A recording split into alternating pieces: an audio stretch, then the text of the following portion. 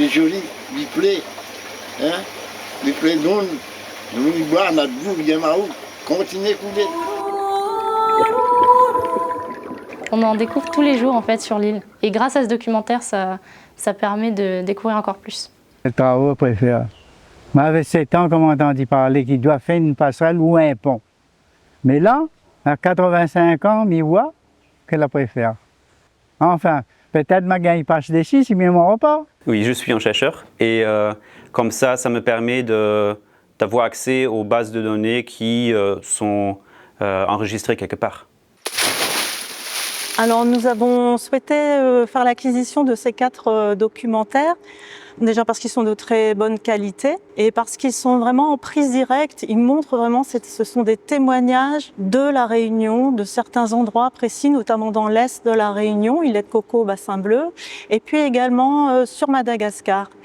Et nous avons fait ce choix parce que la collection Océan Indien est un collex, c'est-à-dire une collection d'excellence pour la recherche depuis 2018. Et ça reconnaît une qualité de cette collection et aussi une diversité. Donc c'est important de diversifier les supports.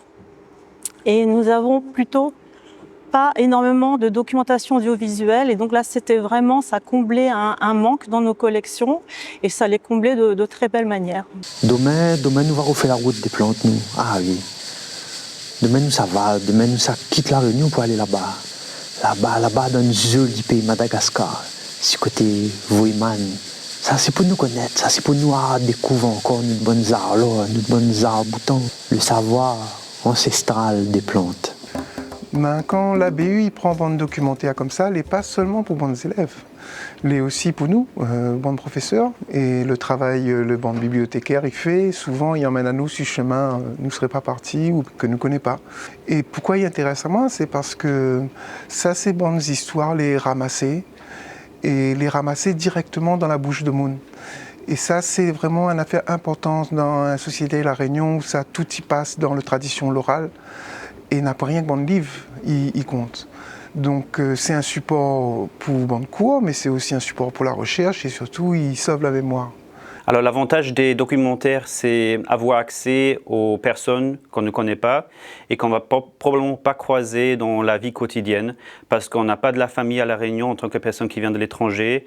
Et surtout, un documentaire, ça conserve la façon de parler et pas seulement par rapport à l'endroit qui est peut-être difficilement à accéder, mais aussi par rapport à l'aspect spatial. Fais pas peur. La rivière, il a son chemin où il a les autres.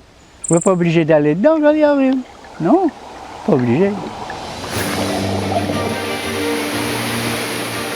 Ça nous permet de faire un peu une sauvegarde de tout ce patrimoine culturel et aussi d'éveiller la curiosité des étudiants sur leur propre île.